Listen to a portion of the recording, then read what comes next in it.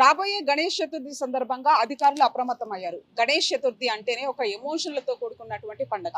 11 రోజుల పాటు ఆయా గల్లీలలో గణేశుడిని ప్రతిష్టాపించి పూజలు చేస్తూ ఉంటారు. ఆ పరిసర ప్రాంతాలన్నీ కూడా ఒక సందడి వాతావరణం కనిపిస్తూ ఉంటుంది. అయితే ఈ 11 రోజుల పాటు ఎటువంటి ఇబ్బందులు కలగకుండా అధికారులు అప్రమత్తమయ్యారు.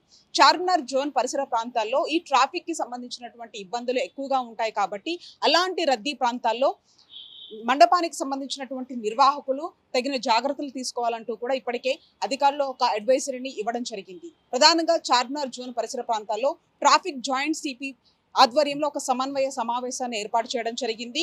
ఎందుకంటే వాహనదారులకు ఇబ్బందులు కలగకుండా, గణేష్ మండపాలకు వచ్చేటటువంటి భక్తులకు ఎటువంటి ఇబ్బందులు కలగకుండా ఆయా ప్రాంతాలన్నింటినీ కూడా ఏ విధంగా మానిటరింగ్ చేయాలి, అంతేకాకుండా ఏ విధంగా ప్రణాళికతో ముందుకు వెళ్లాలంటూ కూడా ఒక సమన్వయ సమావేశాన్ని ఏర్పాటు చేయడం జరిగింది.